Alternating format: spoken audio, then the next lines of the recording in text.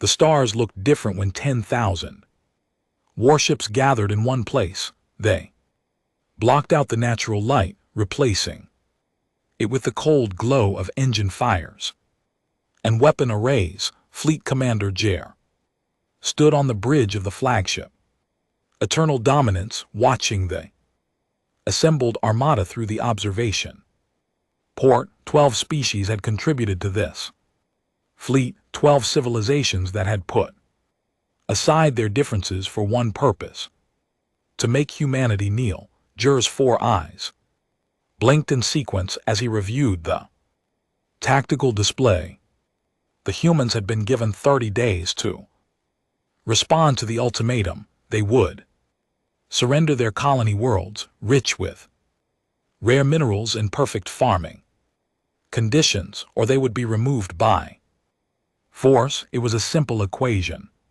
The Kryax dominion had been expanding for thousands of years. They knew how to deal with young species who did not understand their place in the galactic order. The communication officer, a thin creature with silver skin, turned from her station. Commander, the deadline expires in 1 hour. Should we begin moving into attack formation? Jer made a clicking sound that meant agreement.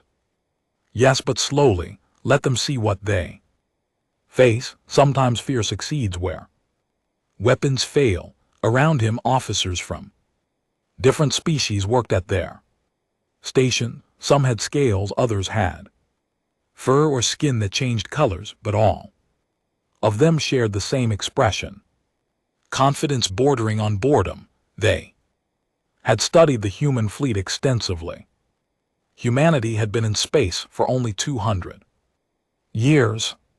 Their ships used fusion drives that the Dominion considered outdated. Their weapons were mostly kinetic projectiles and basic energy beams.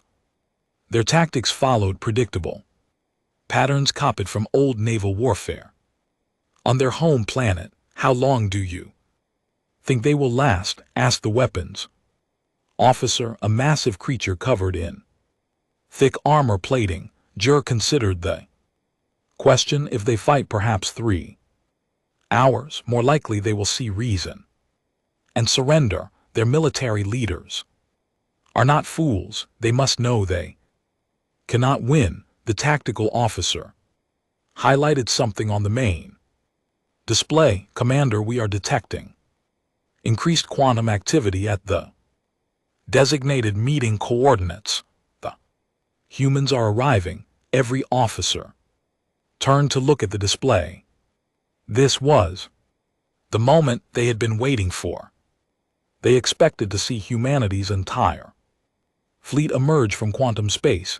Perhaps 200 ships, maybe 300 if they had been hiding some reserves. It would not matter. 10,000 versus 300 was not a battle, it was an execution. The quantum signatures grew stronger. Space began to twist and fold at the meeting point, the way it always did before ships emerged.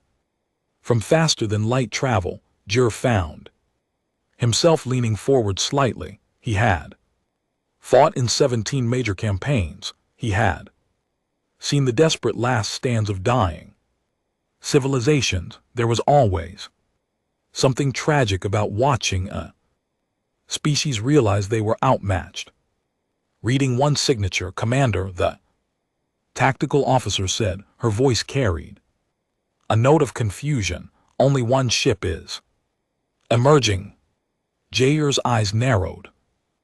Diplomatic vessel. Negative, Commander. The quantum displacement suggests something large, very large. The space at the meeting coordinates split open, and something came through. Jathier had seen thousands of ship designs in his career. He had commanded fleets against the Virian Empire and their biomechanical cruisers. He had faced the geometric perfection of crystalline Armada vessels, but he had never seen anything quite like what emerged from quantum space. Now the human ship was Enormous, nearly 5 km long, it dominated the visual display, but its design made no sense. It was cylindrical with massive rings around its central axis. Parts of the hull seemed unfinished with exposed framework and open sections. It looked more like a space station than a warship.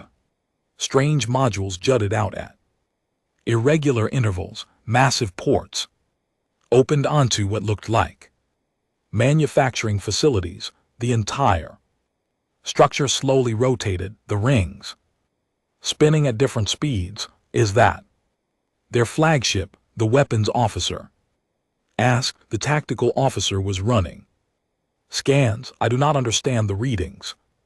Commander, the power signature is immense, but I cannot locate standard weapons. The ship appears to have extensive manufacturing capability, recycling systems, agricultural sections, and habitation for what might be hundreds of thousands. It is like a mobile city. JR felt a flicker of irritation. Where is the rest of their fleet? There is no other fleet.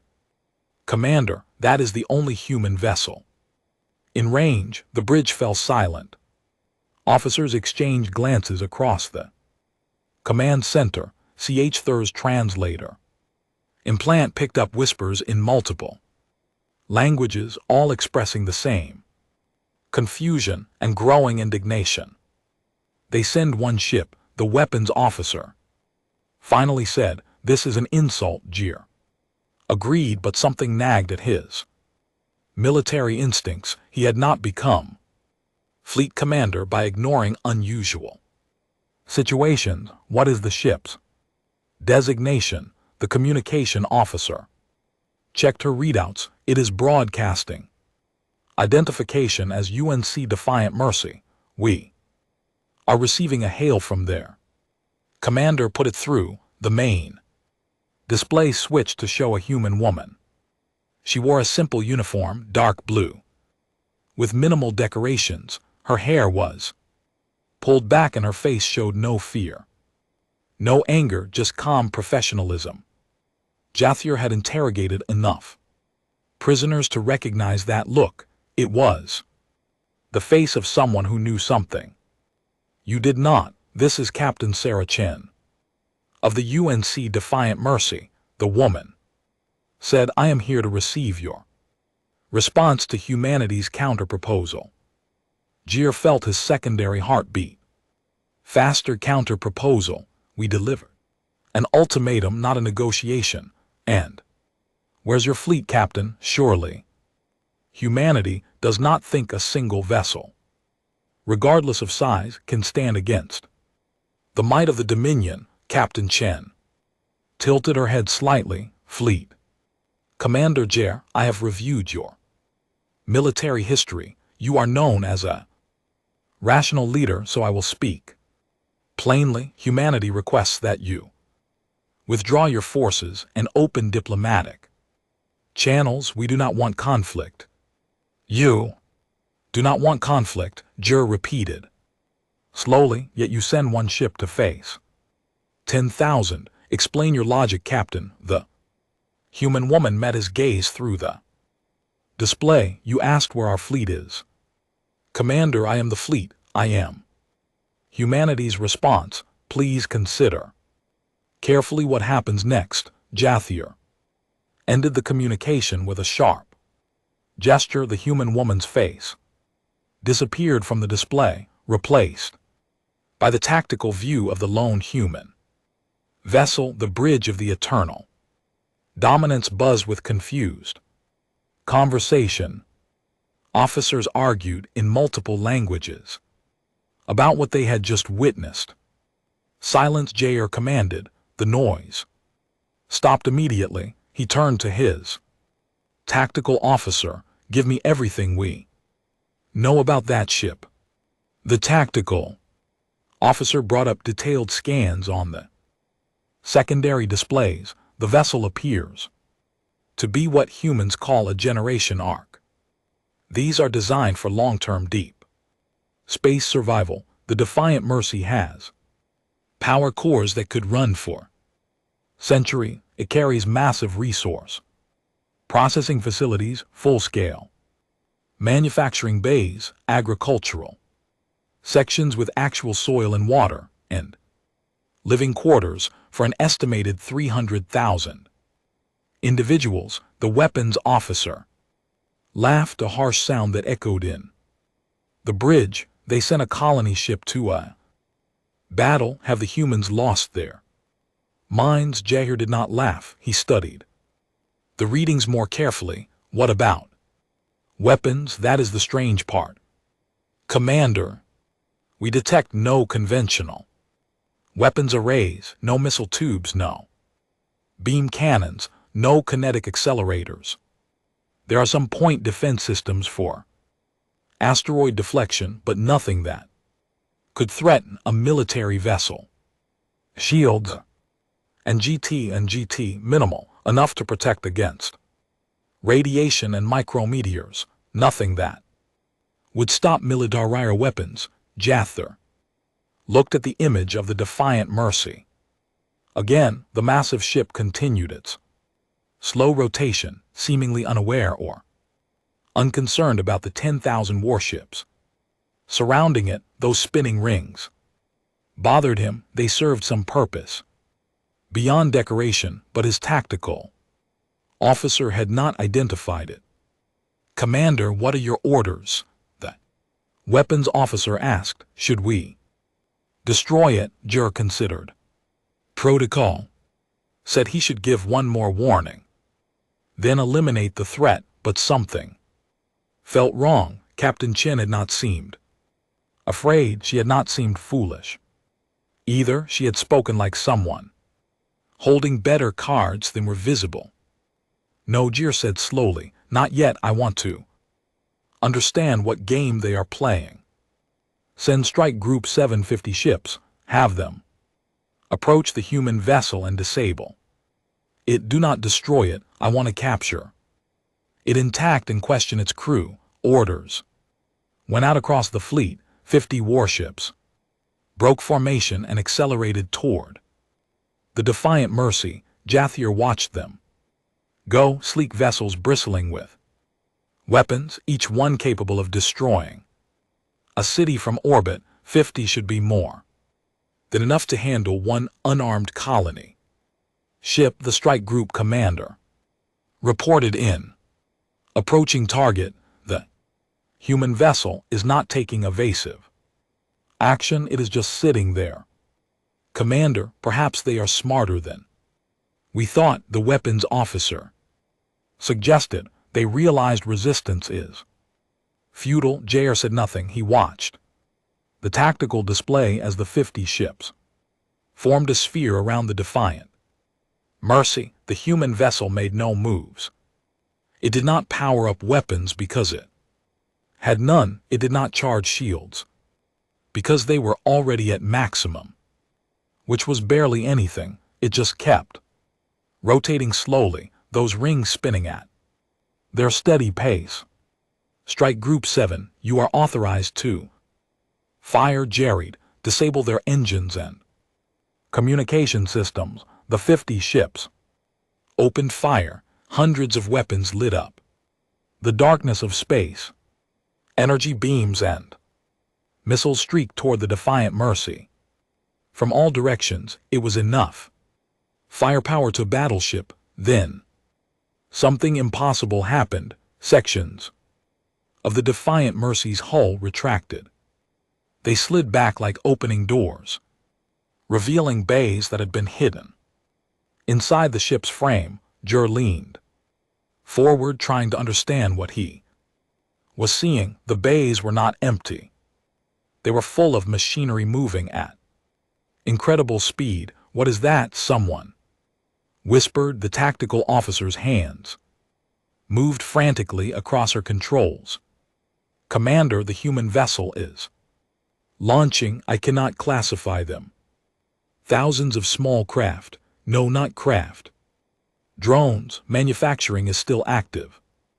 It is building more even as we watch. The drones poured out of the Defiant Mercy like insects from a disturbed Nest, they were small, maybe 3 m long. And they moved with unnatural coordination. They formed clouds that intercepted the incoming missiles, sacrificing themselves to protect the larger ship. But that was not the most disturbing part. Commander, the rings are accelerating, the tactical officer reported. Her voice had lost its earlier confidence, rotational speed increasing by 300%, 400% energy readings are spiking across the entire spectrum. The spinning rings around the Defiant Mercy became blurs of motion. Space around them began to distort. Jerther recognized the effect, though he had only seen it in theoretical studies. The humans were creating gravitational distortions, artificial gravity wells that bent the path of incoming weapons. Energy beams that should have struck the hull curved away harmlessly.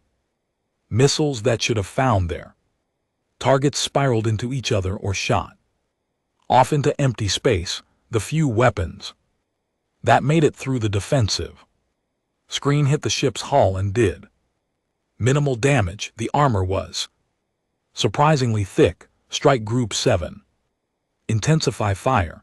Gear ordered all ships full weapons. The 50 warships increased their rate of fire. The space around the Defiant Mercy became a light show of explosions and energy discharges.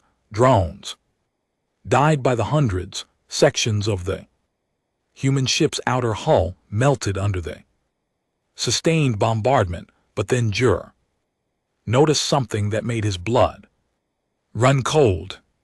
The drones were changing. First wave had been simple, designed only to intercept missiles, but new drones emerging from the manufacturing bays were different. They had energy shields. They moved in coordinated attack patterns, and they were not just defending anymore. They were starting to target the Dominion ships. How are they adapting so quickly? The weapons officer demanded. The tactical officer pulled up analysis data. The human vessel is processing our weapons fire in real time. It is analyzing frequency, patterns, attack vectors, munition types. Then it is manufacturing counter measures. Commander, this is not a warship. This is a learning machine. One of the Dominion vessels reported critical damage. A swarm of human drones had overwhelmed its point defenses and torn into its engine section. The ship began to drift, losing power. Captain Chen's face appeared on the display. Again uninvited.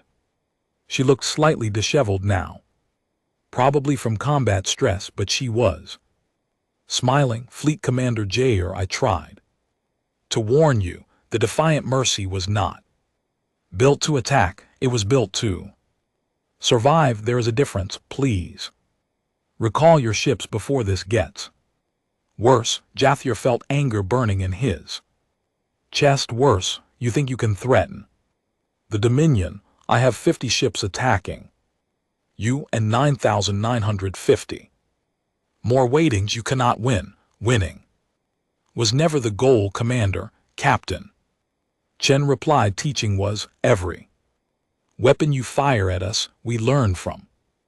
Every tactic you use, we adapt to.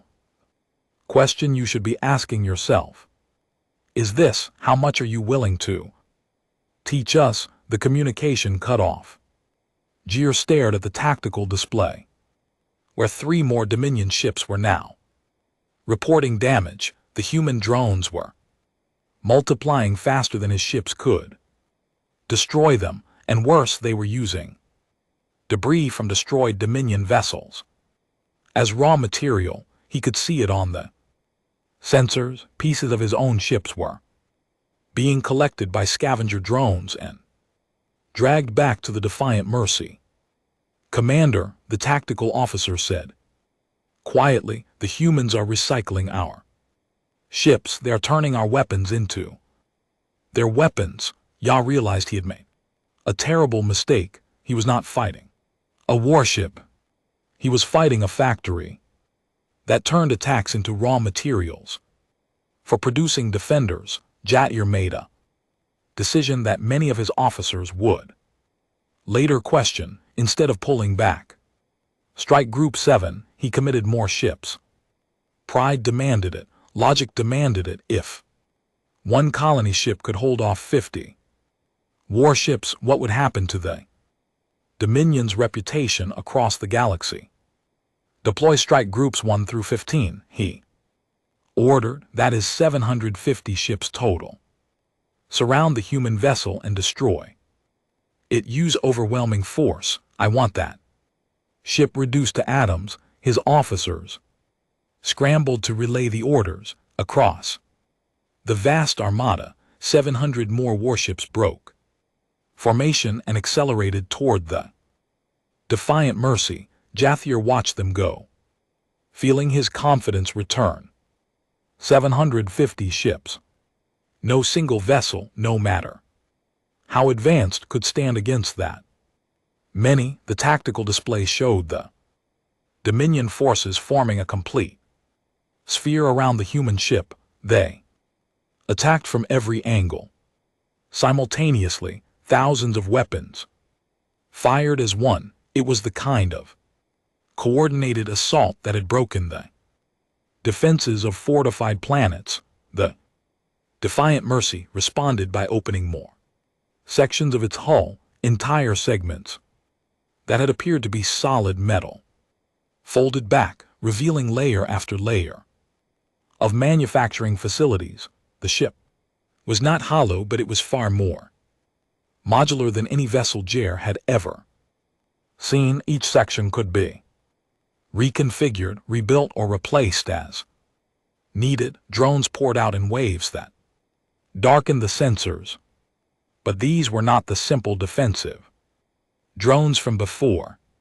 The human ship had learned from the previous engagement. These new drones had reinforced armor, copied from destroyed Dominion ships. They had shield generators that matched Dominion frequencies. They even had weapons that looked suspiciously like modified versions of Dominion energy cannons. How long has the engagement been active? Shayer demanded. 42 minutes. Since Strike Group 7 first opened fire. Commander, 42 minutes. In less than an hour, the humans had gone from basic defensive drones to units that could match Dominion military technology. Jair felt a cold sensation in his primary heart. This was not normal adaptation. This was something else entirely. The weapons officer reported. More bad news. Commander, we have lost 18 ships destroyed, another 34 with critical damage. The human vessel appears to be targeting engines and weapon systems specifically. They are disabling our ships, not destroying them. Why would they do that? The tactical officer answered, her voice tight with stress. Because disabled ships provide more salvage. Commander, look at the display. Those scavenger drones are stripping our damaged vessels. They are taking power cores, shield generators, weapon systems.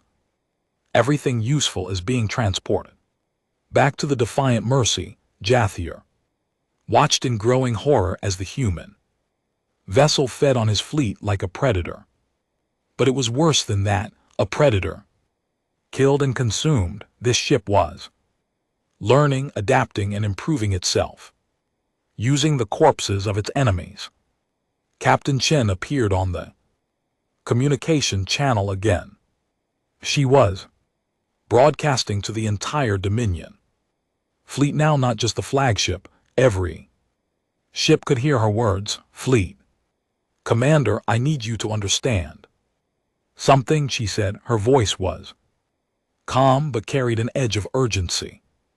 The Defiant Mercy was not designed for this. We built her to survive alone in Deep space for thousands of years. We built her to take asteroids and turn them into habitats. We built her to recycle, adapt, and rebuild from whatever materials were available. We built her because humanity learned a long time ago that putting all your people on one planet was dangerous. She paused, looking directly at the camera. You brought warriors, we brought engineers, you brought your best weapons, we brought our best workshop. Every shot you fire teaches us. Every ship you damage gives us resources. You are not fighting a military, you are fighting an entire civilization's worth of survival instinct compressed into one vessel. The communication cut off, but her message had been heard. Jur could see it in his officers' faces: doubt, fear, the realization that they were not in a battle they understood.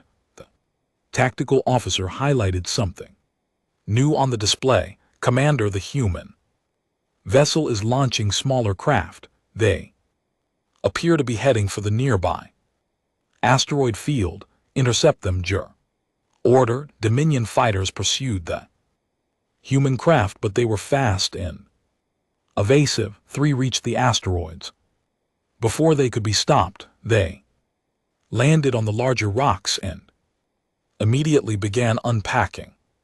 Within minutes, the sensors showed construction activity. They are building mining operations. The tactical officer reported, no, not just mining, they are constructing additional manufacturing facilities on the asteroids themselves. Commander, they are expanding their production capacity. Jathier felt the situation slipping out of control. He was used to battles that had clear phases: engagement, climax, resolution.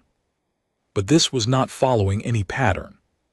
He recognized the longer the fight continued, the stronger the humans became. More reports came in. Dominion ships were experiencing system failures. Their computers were being infiltrated by something. Nanocal machines smaller than dust particles had been released by the human drones. They were getting into ventilation systems, into computer cores, into weapon targeting arrays.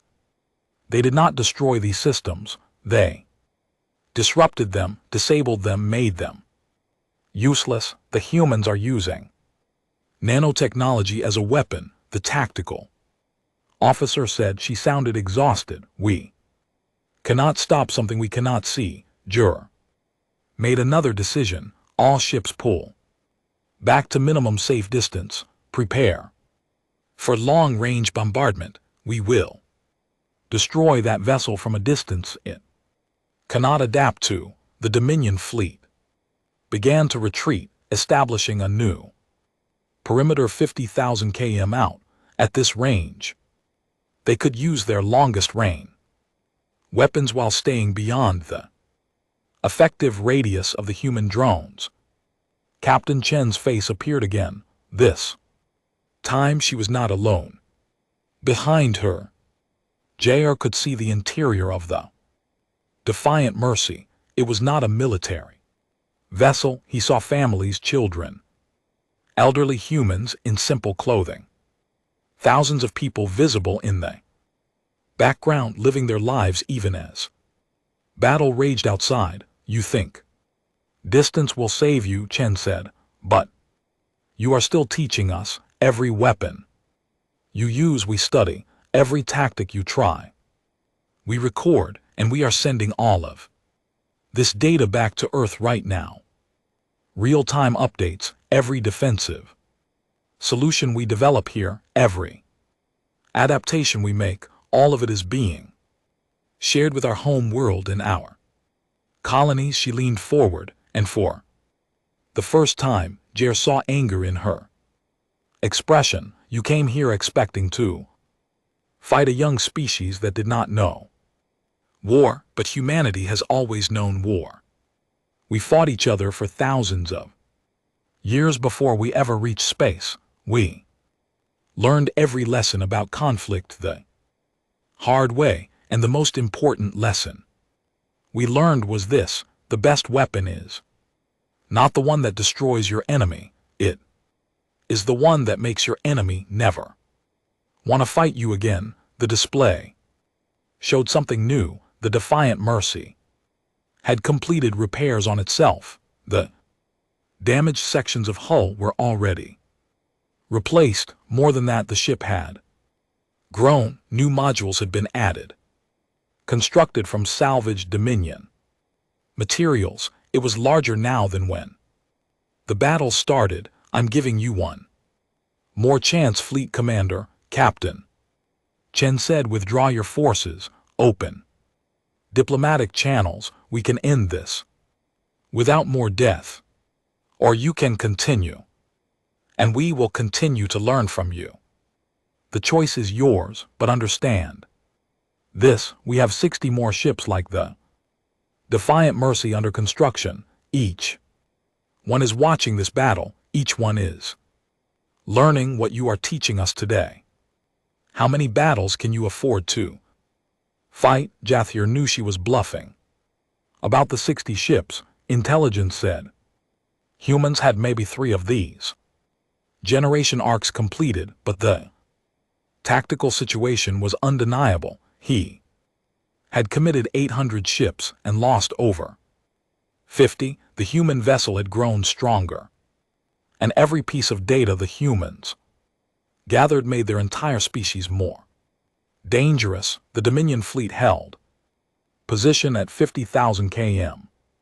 Jair called in emergency council with his senior officers and the representatives from each of the 12 species that made up the alliance. The meeting room aboard the Eternal Dominance was crowded with different life forms, all of them arguing. We must continue, insisted the Vroyan ambassador, his biomechanical body clicking with agitation. If we retreat now, every minor species in the galaxy will think they can defy us. We have already lost too much, countered the crystalline representative, her voice chiming like bells. 53 ships destroyed, 90 more damaged beyond quick repair, and for what? We have not even scratched that human vessel. Jur let them argue. He was studying the tactical reports his officers had compiled.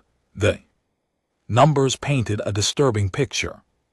The Defiant Mercy had started the engagement with approximately 2,000 defensive drones. It now had over 15,000 combat-capable units. It had started with basic point defense systems. It now had energy shields that could deflect Dominion weapons, weapons that could punch through Dominion armor, and electronic warfare capabilities that were shutting down ships without firing a shot. The science officer, a small reptilian creature with keen eyes, had compiled the most troubling report. Thier read it while the ambassadors continued their debate. The human vessel operates on principles we have not encountered before, the report stated. It does not use standard military doctrine. Instead, it treats combat as a resource gathering and learning opportunity.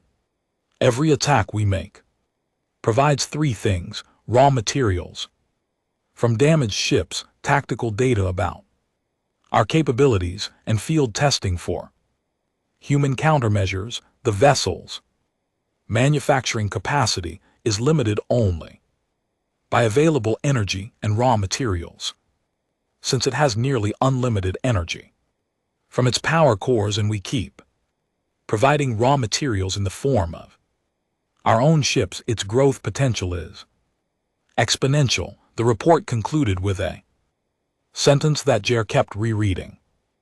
Recommendation: do not engage further. Every moment of combat makes the enemy stronger. Fleet Commander, your opinion, the Varian ambassador demanded. Should We commit the full fleet. Jur looked up. From the report, what you are asking is whether we should send all 10,000 ships against one human vessel. Is that correct? Yes, overwhelming force. Nothing can stand against the full might of the Dominion, and if we lose, Jur asked quietly. The room fell silent. Idea of losing seemed impossible to most of them. They had the numbers, the technology, the experience, but Jir had been fighting wars for 40 years. He knew that sometimes the side with fewer ships won because they had something else. Better position, better information, or, in this case, better adaptation. Junior tactical analyst requested permission to speak. Jathier recognized her as one of the brightest minds in the fleet, a young officer from a species known for mathematical genius. He nodded for her to proceed. Honorable Ambassador's fleet commander, I have run simulations, she said nervously.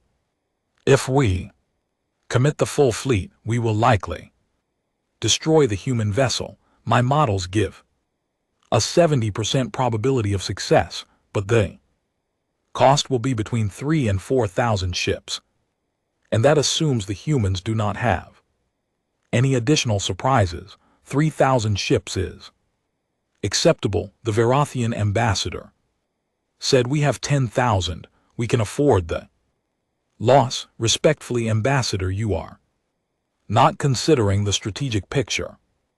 The analyst continued. Her voice grew stronger despite her obvious fear. If we destroy the Defiant Mercy, we win one battle, but the humans will have detailed recordings of everything we did, every weapon we used, every tactic we employed, every ship design we brought. They're broadcasting it all back to Earth in real time. Their entire species will spend the next year adapting to everything they learned. Today, she brought up a display showing projections. The humans currently have a small fleet of perhaps 300 ships spread across their colonies. Those ships are inferior to ours, but if we teach them how to counter our weapons, how to exploit our tactical patterns, how to reverse engineer our technology, in 1 year, maybe 2, they will have adapted. Any future conflict will be against an enemy that has already solved us. Jir saw understanding dawn on some faces. Others still looked skeptical. The Vroyan ambassador waved a mechanical limb dismissively. Then we destroy them. Now completely, not just this ship but all of humanity. We have the forces. We can end them before they become a threat. That is genocide, the crystalline representative said sharply. The Galactic Council would never permit it. We would lose all legitimacy. Then what do you suggest? The Verathian demanded. The analyst spoke up again. I suggest we cannot afford to teach them war. Every battle we fight with humanity makes them better at fighting us. Only winning move is not to play.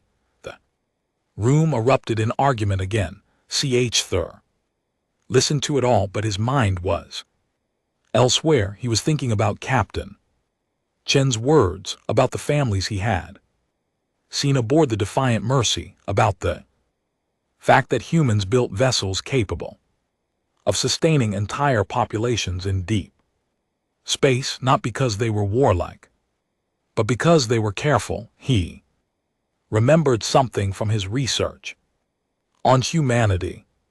They had a saying, hope for the best, prepare for the worst. The Defiant Mercy was their preparation for the worst. It was not a weapon, it was a lifeboat, designed to save their species if everything else failed, and they had turned it into an unkillable opponent, simply by being true to its purpose. Survive, adapt, overcome. Jir made his decision. The fleet will Withdraw, every voice in the room. Stop, they all stared at him. Fleet Commander, you cannot be serious, the Virian ambassador protested. I am completely serious, Jai replied. His voice carried the weight of absolute authority. We came here to force humanity's submission. We believed they were weak because they were young. We were wrong. They are not weak. They are adaptable. And there is a vast difference between those two things. He stood his full height, imposing even among the varied species present. I have fought in 17 campaigns. I have conquered stubborn enemies and destroyed foolish ones, but I have never fought an enemy that became stronger the more we attack them. The analyst is correct. Every moment we continue this engagement, we teach the humans how to defeat us. If we win this battle but lose the knowledge advantage, we have gained nothing and lost everything. This is cowardice. The Varathian ambassador spat. No, Jathir said coldly. This is strategy. Cowardice would be continuing a battle we do not need to fight simply because our pride demands it. I am withdrawing the fleet. The ambassadors may file complaints with the Dominion Council if they wish, but I will not sacrifice more ships and more lives to teach an enemy how to destroy us. He turned to his communication officer. Open a channel to Captain Chen. The human woman appeared on the display. She looked tired but alert. Behind her, the interior of the Defiant Mercy showed signs of battle stress, but the ship was intact and its people were safe. Captain Chen, this is Fleet Commander Jer. I am ordering the Dominion fleet to withdraw from human space. We will return to the neutral zone and await diplomatic contact. Captain Chen and LT Unk and GT's expression did not change, but Jer saw relief in her eyes. That is a wise decision, Fleet Commander. Humanity is prepared to open formal negotiations for a peace treaty. I have one question before we withdraw. Jer said, you claim to have 60 more ships like the Defiant Mercy. How many do you actually have? Captain Chen smiled slightly. Does it matter, Fleet Commander? You now know what even one can do. Would you want to face 3 or 5? She was right. Jia realized the exact number did not matter. What mattered was that humanity had proven they could turn civilian vessels into unconquerable fortresses simply by being creative. Any future war with them would be a nightmare of adaptation and attrition. No, Captain, I would not. Jerem, the Dominion fleet will withdraw within the hour. I suggest we both send representatives to the neutral station for negotiations. Agreed, Fleet Commander and Commander. Thank you for choosing wisdom over pride. The communication ended. Schurter issued orders for the full fleet to pull back as 10,000 ships began their retreat. He looked at the image of the Defiant Mercy one last time. It hung in space, battered but unbroken, surrounded by a cloud of drones that looked almost like a protective swarm.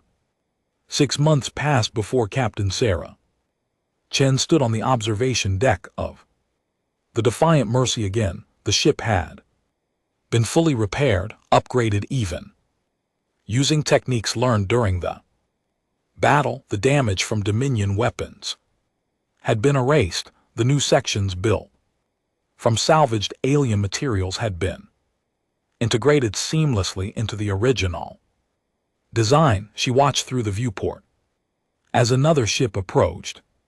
Not a warship this time, a diplomatic vessel, elegant and unarmed, bearing the symbols of the Galactic Council. They had come to make things official. Captain, the delegation is requesting permission to Doc, her first officer, reported, "Grant permission and make sure the welcoming committee looks sharp. This is important."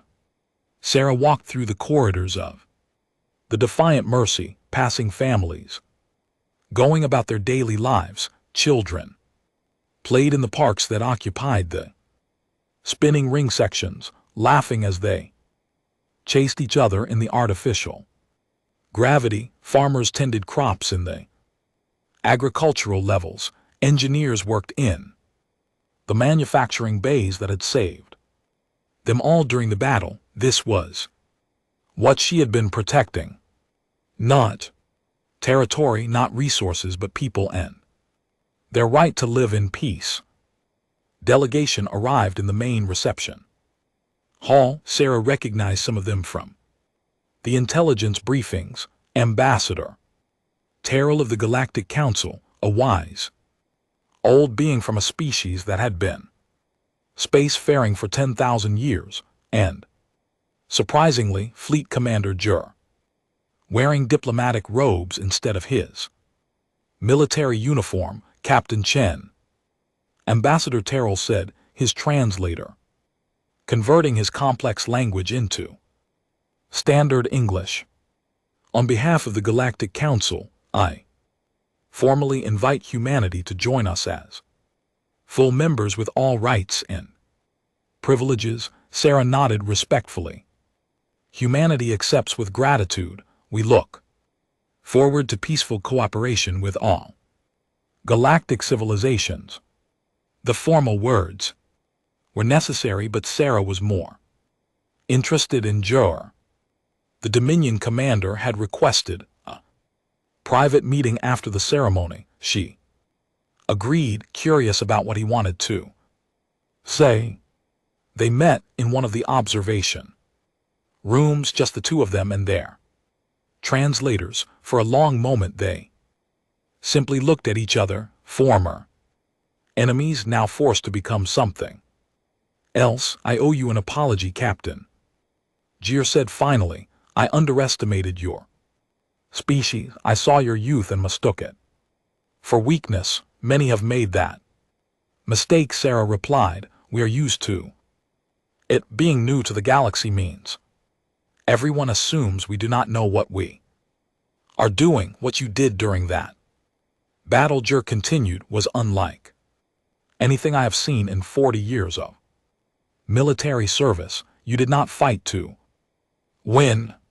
You fought to teach us not to fight." Sarah smiled slightly. "We learned a long time ago that the best victories are the ones where nobody has to die.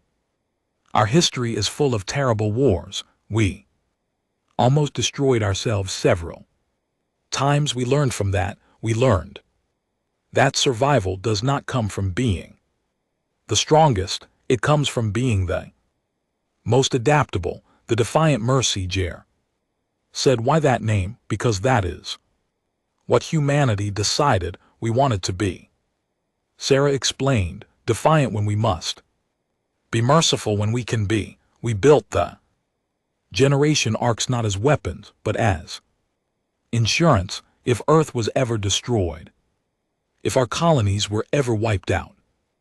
These ships would preserve our species. Each one carries the knowledge, culture, and genetic diversity to restart human civilization from scratch." Jathier's eyes showed something that might have been respect. "And when we threatened you, you did not send your military fleet. You sent a lifeboat. We sent the vessel most likely to survive," Sarah corrected. "And yes, we knew what it could do. We knew that a ship designed to survive anything could probably defend itself against most things, but we did not know it would work as well as it did." "You were gambling," Jur said. "We were adapting," Sarah countered. "When you sent 10,000 ships to threaten 300, we had two choices: send our fleet to be destroyed, or send something you were not prepared for. We chose option 2. Ya made a sound that the translator interpreted as a laugh. You know the worst part. Captain, my analysts tell me that if we had fought differently, if we had used different tactics, we might have won. Maybe, Sarah agreed, but you would have paid a terrible price, and the next time we met, we would have known all your tricks. That was the real message of the battle, Commander. You can probably beat us today, but every time you fight us, we learn. Every time we learn, we improve. Eventually the cost becomes too high. There was a long pause. Then J.R. asked the question Sarah had been expecting. How many generation arcs do you actually have, Captain? You said 60. I did not believe you then, but I need to know now. Sarah considered her answer carefully. We have 3 completed, 2 more under construction, plans for 20 more approved and funded. Whether we build all 20 depends on whether we need them. 3, Jer repeated. We retreated from 3 ships. You retreated from what 3 ships represented, Sarah said. You retreated from the idea of fighting an enemy that turns every attack into a lesson. You made the smart choice, Commander. That is why I agreed to meet with you. You chose wisdom over pride. That is rare among military leaders. I lost friends in that battle, J.R. said quietly. Officers who served under me for years. They died because I underestimated you. I know, and I am sorry for that, Sarah said genuinely. We did not want those deaths. We disabled ships when we could. We offered you chances to withdraw, but you pressed the attack. We did, J.R. acknowledged, and we learned from it. The Dominion Council has officially banned any military action against humanity. More than that, they have requested an alliance. We want a trade to learn from each other, to cooperate. Why? Sarah asked. Why would you want to ally with a species that defeated you? Because you did not just defeat us, Captain. You taught us something valuable. You showed us that the future does not belong to the strongest species or the oldest or the most aggressive. It belongs to the ones who can adapt to whatever comes. That is a lesson worth learning. Sarah extended her hand, a human gesture she knew the translator would explain. Then we have an agreement, Commander. Humanity and the Dominion, allies instead of enemies. Jathir reached out and clasped her hand with his own, careful not to squeeze too hard. With his greater strength, allies, though I suspect my people will spend years studying your engineering techniques, and we will study yours, Sarah said with a smile. That is how this is supposed to work. We learn from each other instead of destroying each other. After Jer left, Sarah returned to the observation deck. Earth was visible in the distance, a blue marble floating in the black home. She thought about the battle, about the risks they had taken, about the lives lost on both sides. It had been a gamble, but it had worked. The Defiant Mercy had been built as a lifeboat, but it had become something else, a symbol, proof that humanity could not be easily threatened or destroyed, proof that human ingenuity and adaptability were just as powerful as conventional weapons. Her first officer joined her at the viewport. Captain, we are receiving messages from the other generation arcs. They want to know if they should continue with defensive upgrades. Sarah considered the question. The other arcs, Eternal Hope and Unbreakable Spirit, had been watching the battle. They had learned everything the Defiant Mercy had learned. They were ready to defend themselves if needed. Tell them yes, Sarah decided. Continue the upgrades, but also remind them what these ships were built for. They are not warships. They are promises, promises that Humanity will survive, that we will adapt, that we will never give up. Let us make sure we keep that promise. She looked out at the stars, at the vast galaxy that humanity was now part of. There would be challenges ahead. Other species might test them, other conflicts might arise, but humanity had proven something important: they could not be easily defeated because they refused to fight the way others expected. In the manufacturing bays below, engineers were already working on the next generation of technology, human and alien. Specialists working together, sharing knowledge, building a better future. That was the real victory, Sarah thought, not the battle they had won, but the peace they had earned. The defiant Mercy remained in orbit, slowly rotating, its rings spinning in their eternal dance. Inside, 300,000 people lived their lives safe and secure.